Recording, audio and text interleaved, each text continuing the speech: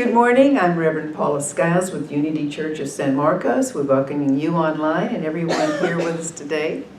Thank you. We have a wonderful licensed Unity teacher, Linda Gillespie, offering our message. And as this is Mother's Day, I'm sure it'll be something about mother's love. So God bless you, and we'll see. Linda? Yes, we will see. Because we are going to talk about mother's love, but maybe not in quite the way that people expect it. Bless you. Thank you. Happy Mother's Day to you all in this room and those joining us virtually. And everyone here, whether or not they have given birth to a child, is a mother. So just hang on to that, because that is the truth. Of course, as I always do, I have to do some digging, some research on my subject. And in 1914, President Woodrow Wilson proclaimed the second Sunday of May as Mother's Day here in the United States. However, I found that there were lots of celebrating the feminine nature of God, and that goes all the way back to ancient days.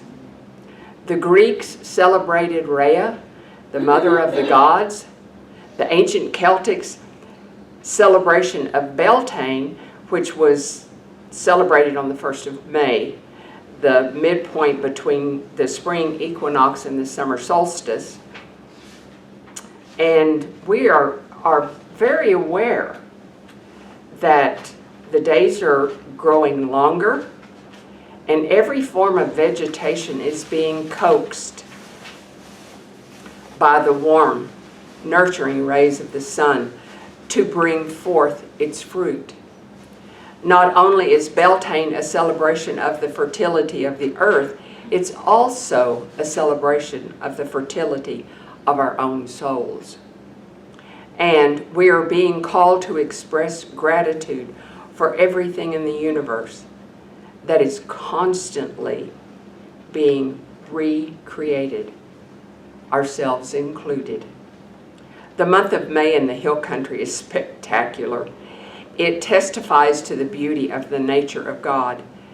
As we were driving here today, the fragrance, the air, even though it's very wet right now, with the fog, it's just wonderful. And the sun can be felt even though we may not be able to see it. In all of this, we get an inkling that there is a true splendor and fertility in our cosmic beloved. It is God the Mother that brings all things into creation according to Jewish tradition.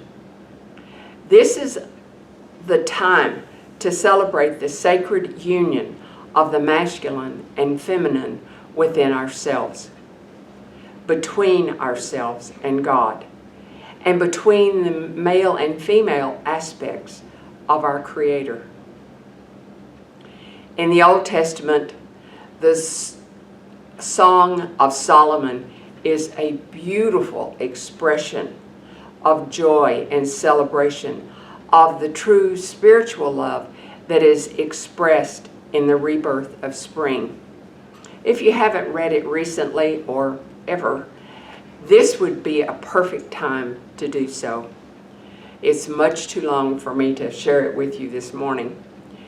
We have a tendency to get caught up in our everyday life, that we have lost sight of the traditions of our ancestors, the way they practice routinely those things as a way of life. We've lost sight of the larger cycles, the wisdom of the seasons, and the earth's energies that bring us into harmony with one another. Ecclesiastes 3:1 reads, "For everything there is a season, and a time for every matter under the sun. But even the cycles of the week many times go unnoticed, completely forgotten. How many times do you wonder, what day is it? Sometimes. All the time. Uh-huh. Today, we are here in this place to celebrate the Sabbath, which is the heart of the cycle of the week. Remember the Sabbath day to keep it holy was God's command. Not often do we take the opportunity to spend a whole day in celebration of the abundance of your love, abundance of the blessings of your lives. Today I can truly say, thank you, God.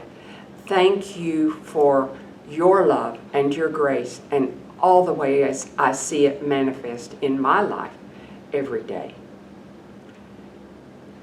A daily practice of reflection and prayer and meditation raises our consciousness to a place of profound gratitude, and it restores the balance that we seem to lose in the outer world. This spiritual practice restores our sacred rhythm to the day. Even 5 minutes spent in prayer and meditation makes a difference, because it reminds us that we are spiritual beings first and foremost. Unity teaches us that it is more important to be consistent in putting time aside for prayer and meditation than it is to spend long hours in spiritual pursuit. The co-founders of Unity, Myrtle and Charles Fillmore, built Unity on the daily practice of prayer and meditation, and we are all benefactors of their work. I am grateful for their diligent pursuit of a way to understand Jesus' teachings at a deeper level in order to bring peace, harmony, and freedom into their lives so that we might learn from them. Hildegard of Bingen, a Christian mystic who lived in the 12th century's philosophy bridges science, art, and religion. She was a lover of nature, and she believed that the truest mirror of divine creativity. She is quoted as having said, "The earth is at the same time mother. She is mother of all that is natural, mother of all that is human. She is the mother of all contained in her are the seeds of all. The earth of humankind contains all moistness, all verdancy, all germinating power. It is in so many ways fruitful. All creation comes from it." And Julian of Norwich, in the 14th century mystic, who is well known for her deep appreciations of God as mother, in her writings of her divine visions entitled Showings, said this fair and lovely word mother is so sweet and so kind in itself that it cannot truly be said of any or to anyone except of him, and him too who is the true mother of life and of all things. To the property of motherhood belongs nature, love, wisdom, and knowledge, and this is God. And in the 14th century, she had no other way to express other than him, because that's the way she saw God, as a male figure. We've learned lots of things since the 14th century. we too become aware of the force of nature, the mother principle, through gratitude. This is the calling of spring. Gratitude is a natural outcome of mindfulness. So often we close our minds to the natural beauty around us by becoming mindlessly absorbed in the chatter and busyness of our lives. The small mind is so engaged with the endless absorbed attachments to the past and the future. Spring offers us a compelling invitation to let go of our petty concerns and open ourselves to the divine mind through the appreciation of the wonder and magnificence of nature. We are in a perfect place to practice mindfulness that will bring us to a place of gratitude for the beauty and wonder expressed in nature. My daddy held the role of mother in my life. My mother had narcolepsy, and at the time, nothing, absolutely nothing, was known about it in the panhandle of Texas. They had no idea. Until a doctor who had done his residency in New York City recognized the symptoms. And he had treated one patient, a man. Narcolepsy is typically something that men have more than women. And they had been trying for over 10 years before I was born to figure out what was going on with her. She would fall asleep involuntarily and experienced catalepsy, but they didn't know what to think. One doctor removed 5 perfectly good teeth, believing that they were resting on a nerve that caused her to go to sleep. And that wasn't it at all. I'm very grateful for the doctor that said, I know what that is. Because he enabled her to live a much more normal life. Because at the time, it was treated with hard narcotics.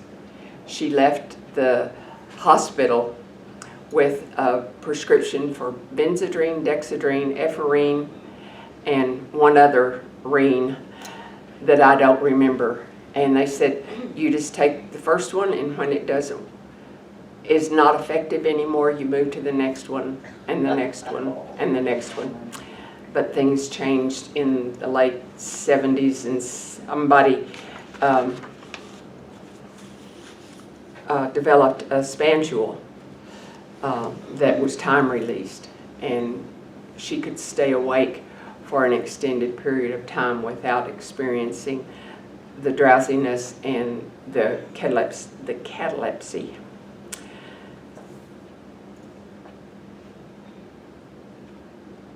But when I was first born, I really didn't intend to tell that whole story. As an infant, I came home from the hospital to the back part of the grocery store that my daddy owned. That's where they lived. Mother and daddy and my 2 older sisters. And that's where I grew up. The older girls were in school, and daddy was there if mother needed help with me. And then as time went on, I would go with daddy to work. And my sandbox was the sawdust on the meat market floor where he was. I played at his feet.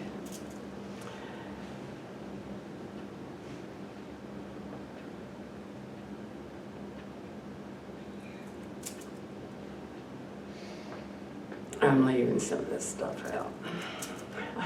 I was loved and was well aware of that love. Daddy was my nurturer. My mother. He, like all of us, had both masculine and feminine aspects within him, just as each of us do, just as God does. One of the best ways to come to a place of acceptance of both sides of our nature is to open our hearts and embrace our wholeness, just as Jesus did. So, let's take a few minutes to do just that as we contemplate the many aspects of motherhood that we can experience both from the masculine and the feminine aspect. Those things that we've looked at this morning. India will play softly as we move into a time of meditation. So I invite you to get comfortable where you're seated as we move into this time. Take a deep breath and let your outer eyes gently close as you move into the presence of the Most High, deep within. Take another really deep breath. Let your body relax and feel your chair support you. As I talk our way through the loving kindness meditation. And with another deep breath, imagine a great star of light above you, slightly in front of you, pouring a waterfall of love and light over you.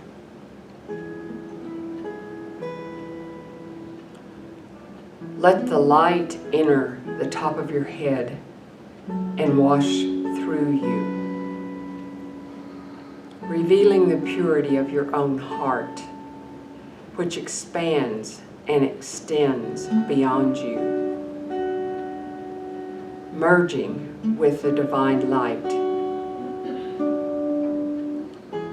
See yourself totally enclosed in the egg of light, and then repeat these loving kindness blessings for yourself with all the respect and love that you would have for your only child. May I be at peace. May my heart remain open.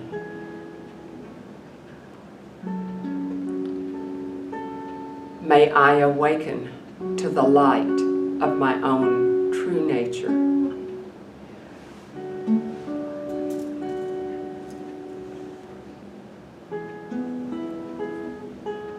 May I be healed.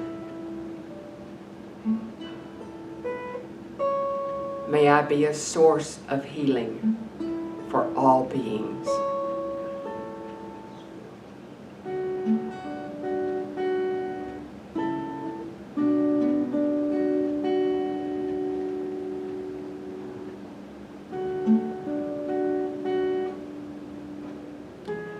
Next, bring a loved one to mind.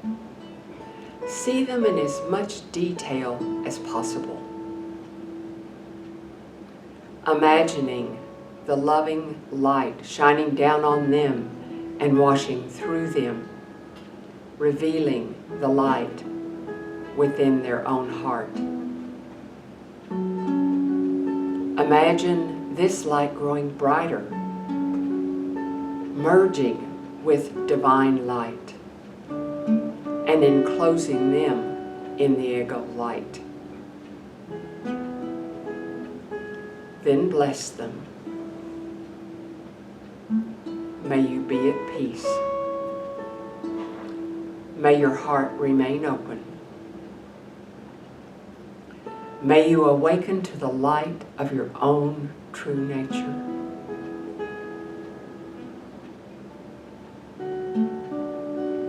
May you be healed. May you be a source of healing for all beings.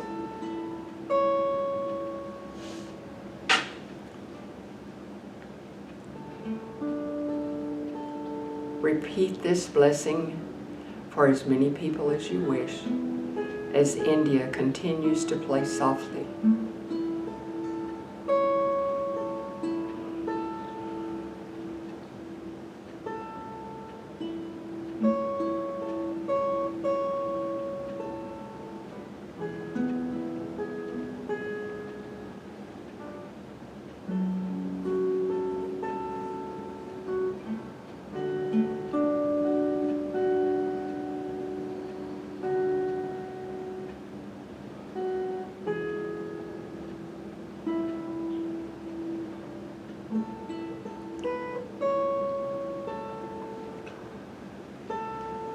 Next, think of a person you hold in judgment and to whom you are ready to begin extending forgiveness. Place them in the egg of light and see the light washing away all their negativity and delusion, as it did for you and your loved ones. Bless them. May you be at peace. May your heart remain open. May you awaken to the light of your own true nature. May you be healed. May you be a source of healing for all beings.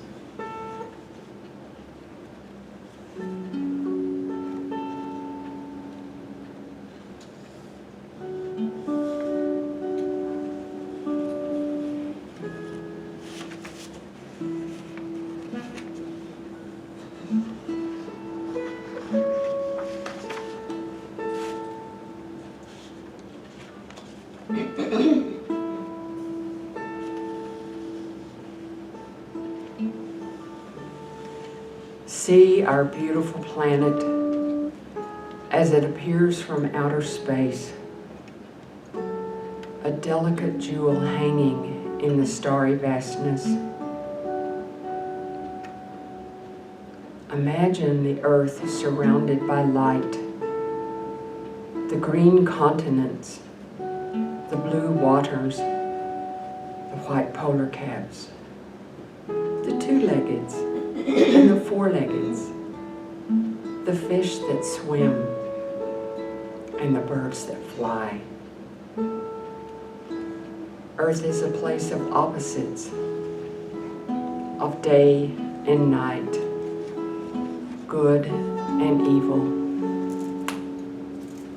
up and down,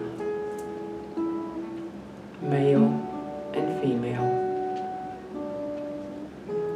Be spacious enough to hold all as you offer these blessings.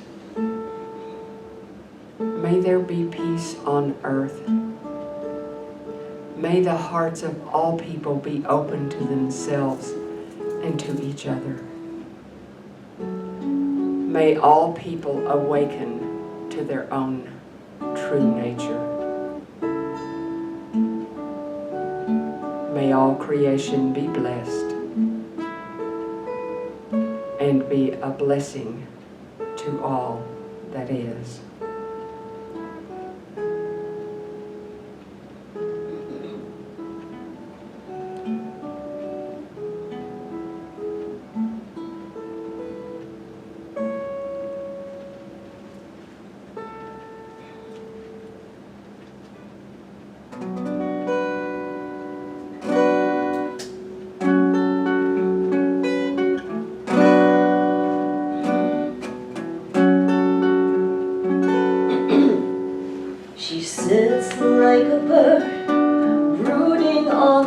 waters, hovering on the chaos of the world's first day. She breathes and she sings, mothering creation, waiting to give birth to all the word will say. She wings over earth, resting where she wishes, gliding close at hand or soaring through the skies. She nests in the womb, welcoming each wonder, nourishing potential hidden to our eyes. She dances in fire, startling those who see her, waking tongues of ecstasy where dullness reigned. She wins and inspires all whose hearts are open, nor can she be captured, silenced, or restrained. For she is the Spirit, one with God forever, gifted by the Savior in eternal love.